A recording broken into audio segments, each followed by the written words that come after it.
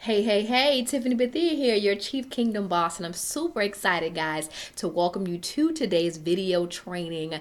I've got the top 10 reasons why people's businesses fail and how you can avoid each and every single one of them. Listen, I've got some juicy nuggets, so I hope that you are ready with your notepad, with your tablet, whichever way that you are taking notes. And I'm going to be really transparent with you guys because I'm going to tell you something. I have made each and every single one of these mistakes, and that's how I've learned how to avoid them all, in addition to what the research it says. So listen, here we go. Let's jump right into it. We've got 10 of the top 10 reasons. You ready? The first reason that businesses fail is lack of self-investment. I want you to write that down. Lack of self-investment. So I want you to think of entrepreneurship as farming. Okay, when you look in the word, a lot of time you hear God giving this principles of stewardship and seed time and harvest, and really getting us in that mindset that in order for us to reap a harvest, we've got to sow a seed. Now, can I tell you something though? When I talk to most entrepreneurs who are not experiencing the results that they really want to get back, that being the harvest, when we take a look at the seed that they're putting in the ground, it's not comparable, or it's not in proportion to the harvest that they are desiring to get seed back. Are you with me on that? I have seen people get free flyers made and not want to spend any money on trying to produce an event that they want people to buy tickets for. Now, wait a minute. You want people to invest in your event, spend money with you, and yet you're not willing to do so? It just honestly does not work like that. I'm telling you, you've got to set in motion the law of seed time and harvest by first putting a seed out there. You've got to be honest and realize that you're going to have to invest in your business before you start to see the revenue and recoup on your investment. But if you don't put anything in the ground, you are not going to see anything back. So sometimes we have to really step outside of that scarcity mentality, really put aside the employee mindset where, to be honest, most of the times on our 9 to 5, we don't have to invest to necessarily see results. That's what our bosses are doing. But guess what? In your business and your brand, you are that boss. So when you are first getting out there, launching or relaunching or just pushing to the next level, you've got to be the one to put the money up before you're going to see it back. Okay? So lack of self-investment is the first one. Quite simply, you have to invest. You got to put a seed in the ground if you're going to see a return. The second one is lack of circle of influence. Circle of influence. I will never forget, one of my first millionaire mentors said to me that you don't get what you want out of life, you get what you picture. Are you guys hearing me on that? You don't get what you want out of life, but you get what you picture. And so what I noticed that when I started my entrepreneurial journey, keep in mind I'm a second generation, but it was still my own unique experience when it was time for me to get out there and start my own business, because I'm in a different field from my parents, and also it's just a different thing when it's connected to your heartstrings, your experiences, your credentials, and now you're building your own journey. And so there were a lot of things I had to learn, and at the time what I could envision and what I had the capacity to see only took me to a certain point. But it was when I began to up level my circle and begin to hang around other people who were earning multiple 6 and 7 figures that I started to have an elevated view and perspective on simple things, how I should conduct myself and what books I should be reading, and millionaire habits that really up-leveled the doing and the being that we talk about in Kingdom Boss. And so oftentimes the reason that we are not experiencing the results that we want, quite frankly, is because we're not around enough people who are pulling us forward where we see ourselves going. And the truth of the matter is, For many of us, if we were driving to a destination that we had not already been, we would get directions, right? We would go to MapQuest or Waze or whatever app you use and find directions there. But many of us hop into our entrepreneurial cars and we just start driving. We don't look for directions or even ask somebody who can give us landmarks to get there. So that circle of influence is so important because it helps you to navigate this new terrain. And I'm telling you that when you are leaving the employee mindset and shifting into entrepreneur, it is a whole new way of thinking. I don't care how old you are, how long you've been working, how many degrees you have. The truth of the matter is you have probably been trained to work for somebody else. And stepping into the driver's seat of your own destiny is a new muscle. And if you don't get around some people who can help you flex those muscles, I've seen people be in their business for 10 and even 20 years still not experiencing the results that they desire. So get around a circle of people, even specifically in your industry. All of my closest friends are coaches and consultants and speakers and 6- and 7-figure earners. Why? Because we're up leveling each other. Okay? So that's number 2, circle of influence. Number 3 is a lack of coach or mentor. Now, this is similar to number 2, but slightly different because a circle of influence can be people who are also on your level. But a coach or a mentor is going to be someone who is far beyond you, who has experienced results that you are looking to experience and can really help you to cut your learning curve. So many of us get in the game and we go off of the phrase that experience is the best teacher, but we don't realize that it doesn't have to always be our experiences. And that if we really want to win in this game, we'll cut that learning curve by feeding off of someone else's experience. As a coach, I help my clients every day to avoid the pitfalls that I made and to save them time and money that I wasted. Right? So now in one session, they can learn something that it took me maybe 2 years to learn. That's cutting the learning curve. You need a coach or a mentor who can say, oh, no. That's not the verbiage that you want to use in this email. Maybe we should use this, or these are the type of people that you want to partner with for that joint venture. Or, oh, you're doing this event. This is something that has worked for me. Maybe this is something that will work for you. Find a coach or a mentor who, again, can help you cut that learning curve and really pour into you. Another thing I've learned about having a coach or mentor is that we waste so much time trying to figure things out on our own, DIY, Google it and learn it, when again, what we can waste a whole day or weeks or months or even years on, we can get in one session. I have called coaches and literally gotten clarity to something that I struggled with for like 6 months in a 15-minute call. Are you kidding me? So get a coach or mentor who can help cut your learning curve and really pull you forward a lot faster and help you go a lot farther. Okay? So that's number 3, lack of coach or mentor. Number four is it cannot be done alone. Now, if you notice that the last couple of points, we've been really talking quite a bit about your level of relationships, whether it's your circle of influence or a coach or a mentor. And here I'm talking about partnering up and collaborating.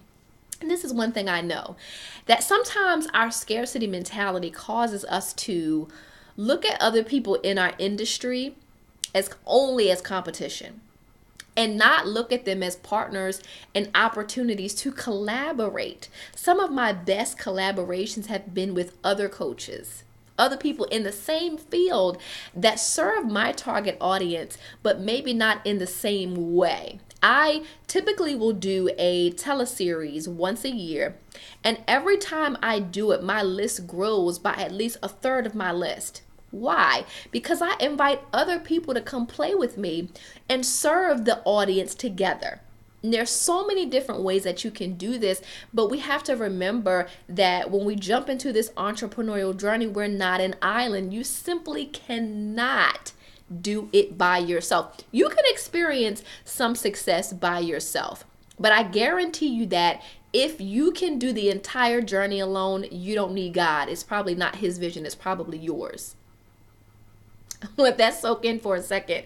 The reality is, God never gives us a vision that we can accomplish on our own. Not only just leaning on His strength, but also needing other people. When you look in the Word, and Moses was instructed to, to build the tabernacle, he's like, hey, I gave you Aholiab, and I've given you this guy, I've given you this guy, and they are skilled in brass and this and that. Why? To assist you with the assignment that I've given you. So there's an assignment that he's given you. Maybe it's a speaker brand, or maybe as a consultant, or maybe he's given you a business or some product line, but he's not giving it to you to do by yourself. There are people that he's calling to assist you, to come alongside you and work with you in the building. Many times what I know is that we are so afraid that people won't treat it the way that we'll treat it. People won't love it the way that we're treating. And honestly, it's really us operating in a spirit of fear. I talk to so many clients who are afraid of letting people assist them. And the number one thing they say is, well, they don't understand. I just feel so passionate about this. They're not going to feel like I feel.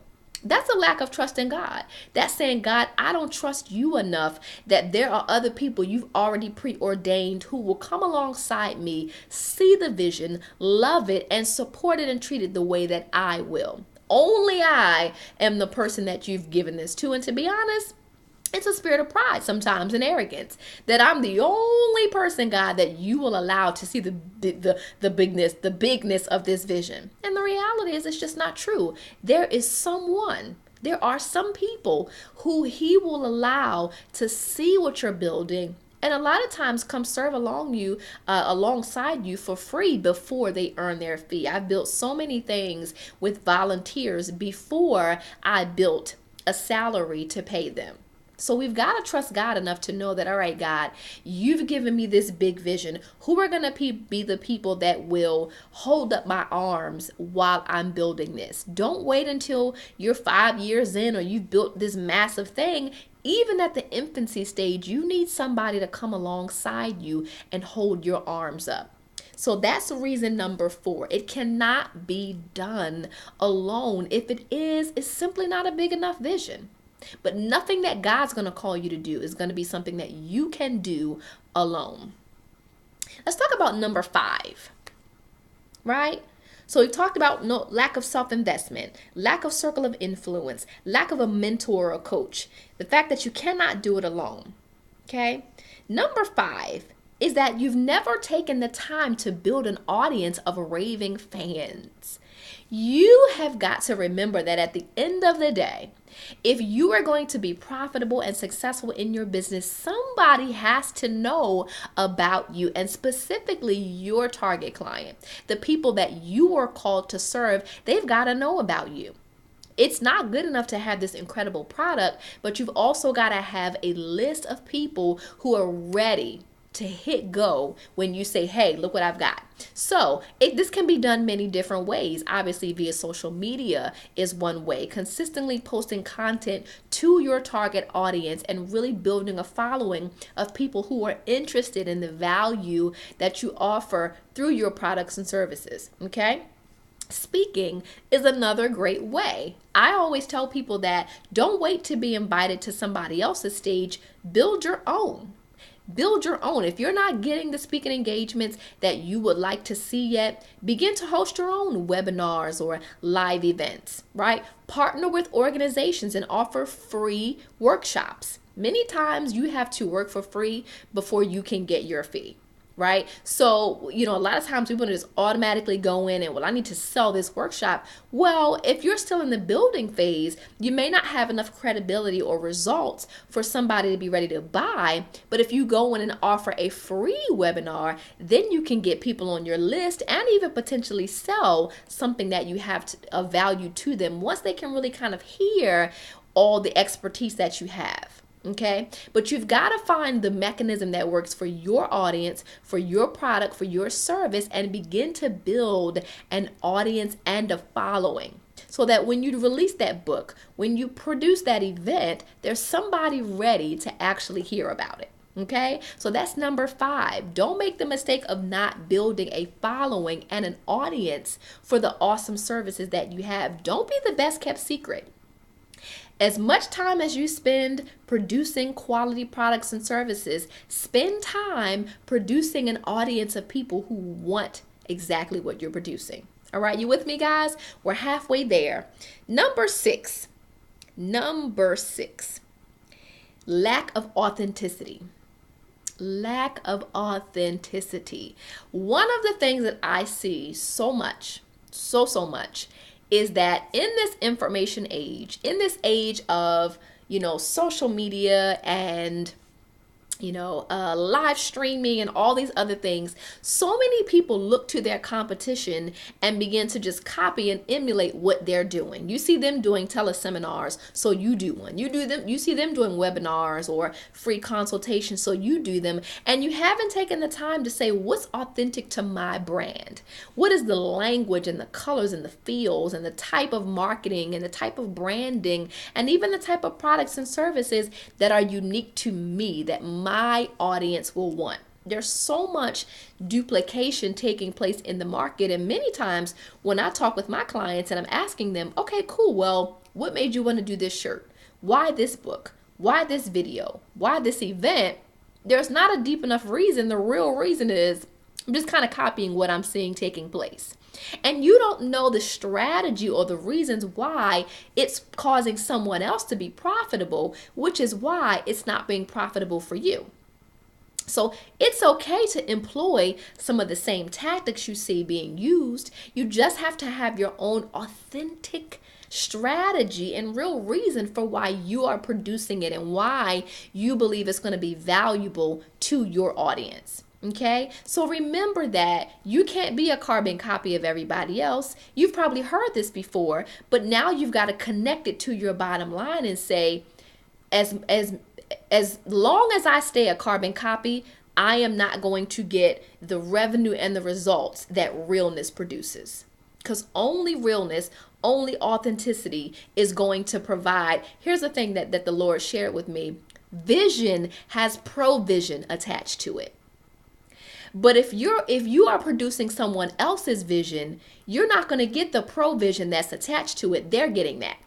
You've got to produce your authentic vision, and then your provision is attached to that. You with me, guys? So that's number 6, lack of authenticity. Keep it real with yourself. Do the market research. Hire a consultant. Figure out what's authentic for you. Figure out the true essence of your gift and what you bring to the world. And then figure out how you need to package that up and serve that. When you give value and when you operate in your vision, the provision's automatically connected. Okay? Huge mistake that I see being done. And I'm telling you, when you change that one thing, it will bring about so many incredible results in your business. Okay, guys? So that's number 6, lack of authenticity. Tap your neighbor. Now I'm going to administrative mode for a moment. Tap your neighbor and say, be you. Okay. Awesome, awesome, awesome. Now, number 7, fear. Fear. Number 7 is fear. Here's the reality that I know from so many people that I work with and countless entrepreneurs I've worked with over the years. By now, you have probably read X amount of books, attended tons of conferences, workshops, online trainings, such as this one, grab people's free checklists, downloads, whatever it is, and there's probably a really cool amount of knowledge base that you've already put together. But I know for me, when I first started in my business full time, with the business degree and with the coaching training and all of these incredible things, I just wasn't seeing results. And the real reason was not that I didn't know enough. It was fear keeping me from really allowing myself to operate in what I saw. I saw the vision. I saw how big it could be. I saw how great it could be. But that voice inside, and it was really the enemy, those fiery darts saying, you're not good enough. Who are you to be trying to coach somebody? Why do you think somebody wants to read your book? You trying to be a speaker? Who wants to hear from you? And we have to really pull every thought captive to the obedience of Christ and say, you know what, God, no, you have made me fearfully and wonderfully, and you have not given me a spirit of fear. I will operate with power and love and a sound mind. You know, every time that we listen to the fiery darts and we operate in fear, we validate the voice of the enemy and we invalidate the voice of God. We've got to now begin to validate the voice of God and say, no. You know what? I've got to pull all those fiery darts down and say, I am worthy. And that, God, if you gave me the vision for this business, I know it's already bigger. I know you can do exceeding abundantly above what I'm even thinking. That if you told me to write this book, it's probably many more books inside of me. If you told me to host this event, there's probably tons more inside of me. And that once I say yes, you'll slowly walk me through that journey. The thing about courage is that it doesn't mean that there's no fear present. It means that you don't let fear stop you. Every time I do something, whether it's even training like this or a coaching call or producing events, there's always a level of nervousness. The enemy always will try to say, nobody wants to hear what you has to say, and who's going to want to listen to you? I still experience it even now, but I have learned over time that the moment I step up and show up, that fear subsides because the enemy is like, oh man, it's not working. So sometimes you've got to just begin to move in the face of that fear. Do it scared to death. Some of my clients I tell to do like live streaming or, Periscopes or Facebook Lives or blogging. And many times they'll say, I was scared to death, but something about when I hit go and I started talking to people, I felt great. And I'm like, exactly. And the more you do it, you'll still get nervous. One of my coaches, I was so refreshed to hear the other day that even after years of coaching and serving people, every single time she goes to hit play on a Periscope, she's nervous. I was like, wow, you too? Because she does it like twice a day. But the reality is there's a level of fear that's always going to be there. It's really humility. It says that I'm not so puffed up in pride that I know like, I got this, I'm good. There's a level of me that's like, God, please don't let me mess up. I want to do the best job that I possibly can. That's humility. And that's why there will always be that little nervousness there. However, it's not there to stop you, right? It's definitely there to keep you humble and to keep you sober about what you're doing. However, we've got to learn to push past it and not let it paralyze us, right? So fear, don't let the fear stop you. Do it scared. The fear is going to be there either way. Do you want to be fearful and broke, fearful and unproductive, or fearful and massively productive, right? So that's number 7 is fear. Now, number 8 is lack of discipline and execution. Lack of discipline in execution. Here's one thing that I know, and I've said this on one of my video blogs. It is easier for us to pray, to speak in faith, to find a scripture, to worship, to praise and say, God, I know you're doing it, and kind of subconsciously be relying on God and waiting on him. Oh, I'm waiting on God, and he's like, I'm waiting on you. I have given you everything you need. Go and execute, right? So yes, should we pray about it? Should we find a scripture? Should we seek the face of God first? Absolutely. But faith without works is what? Exactly. It's dead. And some of us have our faith in a dead, have our hope in a dead faith. There are no works attached, so the faith is dead. But we're trusting and we're believing innocently that this thing is about to come to pass, and it's not, because the faith has no heartbeat yet, because there are no works connected to it. Do you understand? It's important that if you really believe that God has something for you, to get up and go show up for it. If I believe that God is going to have me take my book and travel around the world, I might want to begin working on it. I might want to write an outline. I might want to take some professional pictures. I might want to sit down and write a list of the cities I'd like to go speak in. There are so many different things that we can do to signal to God that I'm serious and I believe that the manifestation is coming. That maybe I'll just simply buy a domain for my website, even if I don't build it yet.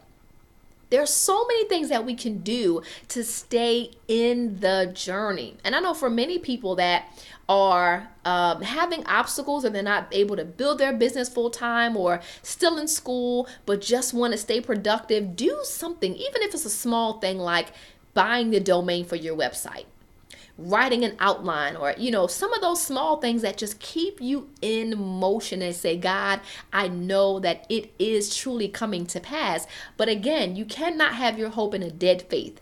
And the heartbeat for that faith is absolutely your works. What are you doing? Have you began thinking about marketing?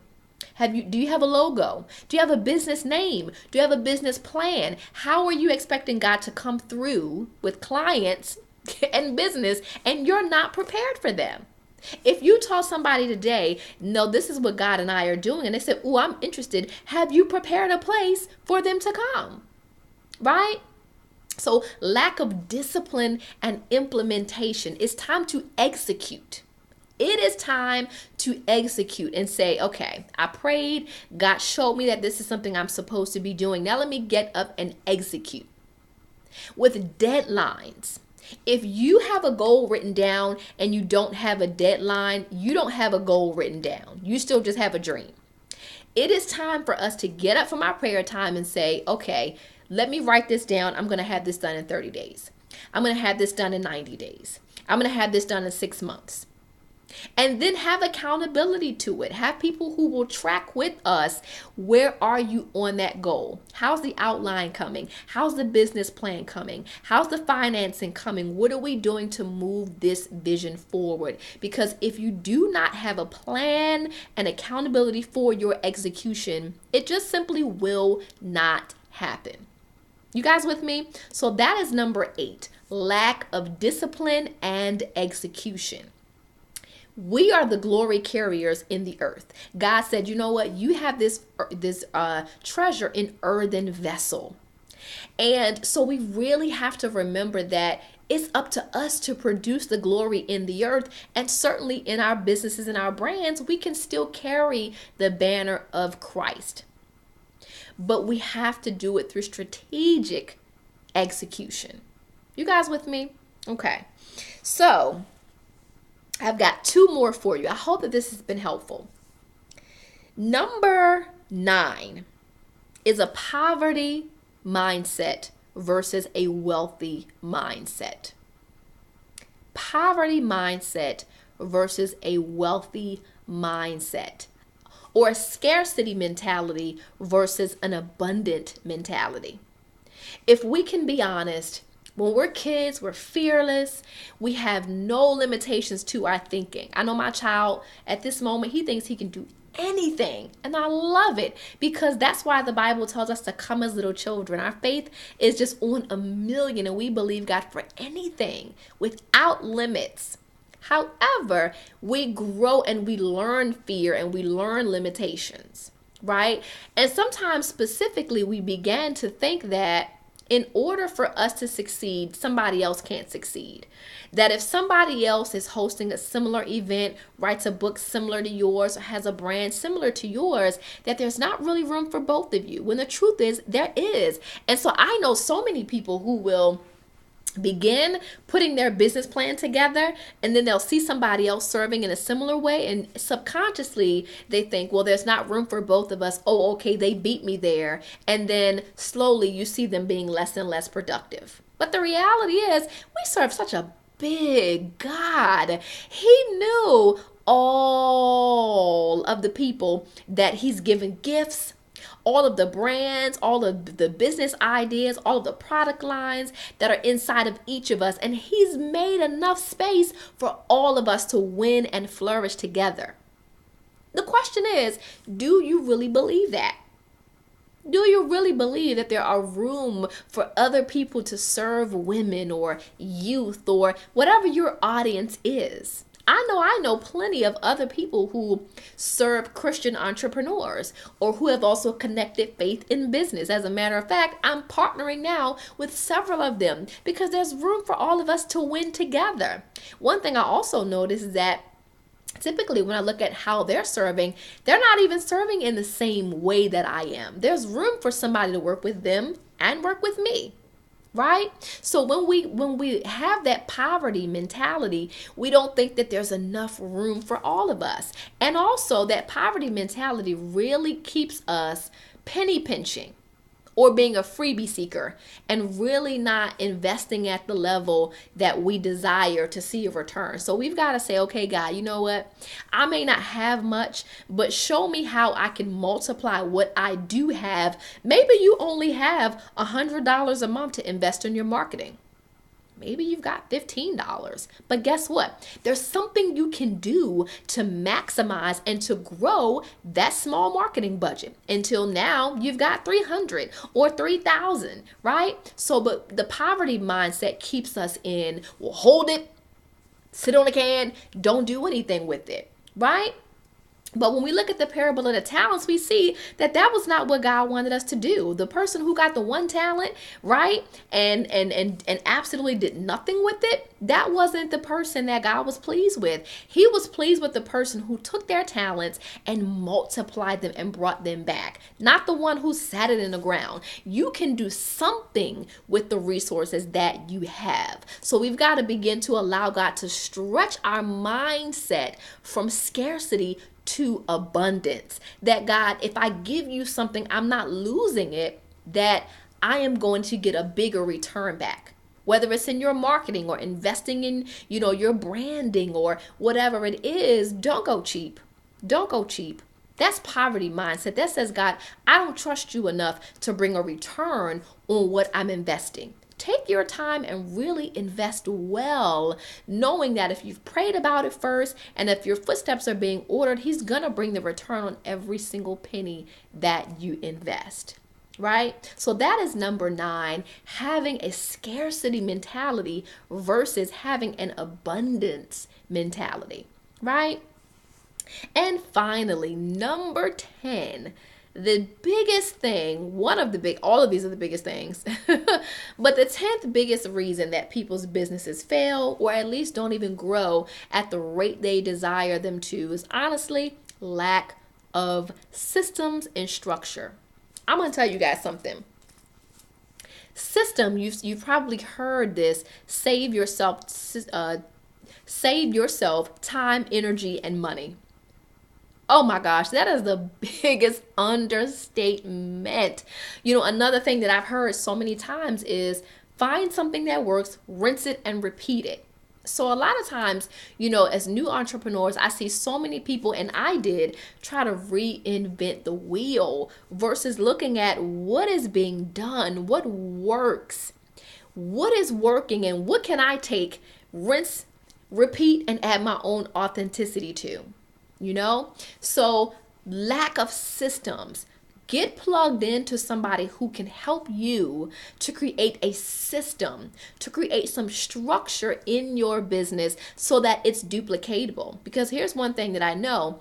If you're just starting out, you're probably working by yourself. You're a solopreneur. Maybe you've got a small staff. But when it's time to grow, right? I know for one of my businesses now we've got a staff of about 10 of us.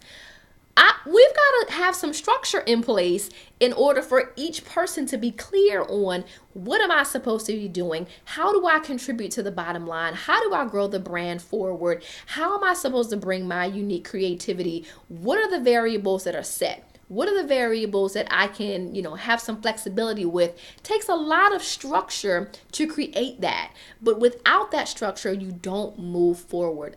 I had a client a couple years ago who brought me in to help them get more business.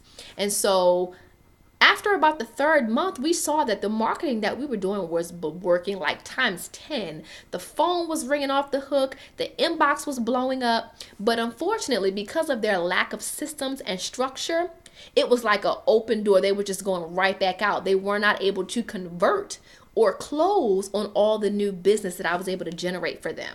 So you've got to understand that it's not always just about marketing. You've got to have other systems in place. Do you have a staff meeting? What kind of communication systems do you have? Do you have a project management system? What are the things that you are using to grow your internal systems as well as your external systems, because I'm telling you, just getting more phone calls and just getting more marketing, if you don't have the internal infrastructure to sustain that, you will not see the increase of revenue that you desire. I've seen it time and time again, and that was where I really started to understand that the need for Kingdom Boss, because we understand that we need marketing and sales, but there's so much more. And if you don't have strong systems and infrastructure in your business, you are probably not seeing the growth rate that you desire. Okay, guys. So listen, I kind of breezed through these because I promised I could almost do a session on each one of these. But again, I want to go through what the 10 reasons were. The first one was lack of self-investment.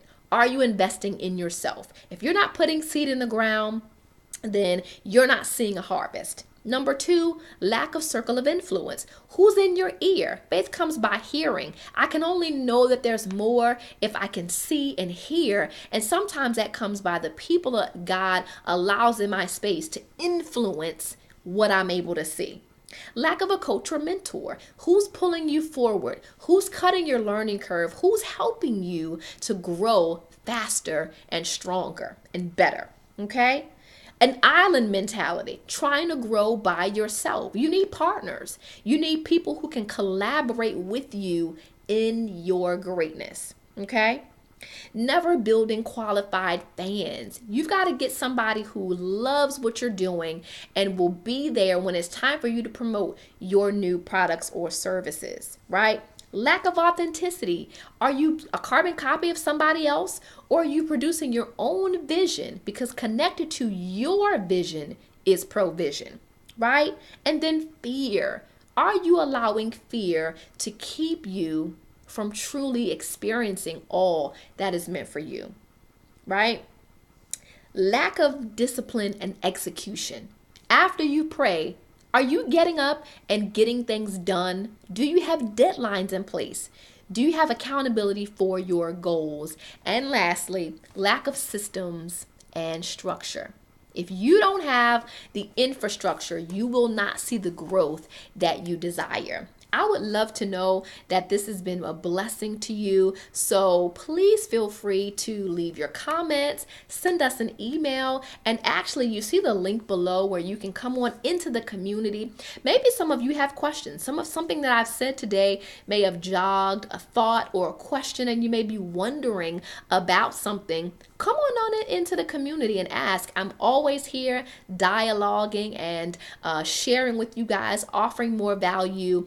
And if you know that you need some additional assistance, maybe perhaps one of these mistakes has really hit you in the head and you say, man, I've made quite a few of these. I need some assistance kind of reversing these. Feel free to give us a call so we can, really see how we can assist you. You can set up your free 30-minute Genesis call, and we would love to talk with you and see how we can help you reverse any of the mistakes that you're making. More than anything, I want you to remember that success is not just in the doing. It's in being. So as you are growing your business and brand, remember to focus just as much on growing the entrepreneur as you are focused on growing the business. I am adding my faith to yours. I believe it's your time for greater manifestation. And I believe that if you don't quit, you will reap everything that God has for you. This is Tiffany Bethia, your Kingdom Boss Coach, and I hope that this training has been a blessing. See you later.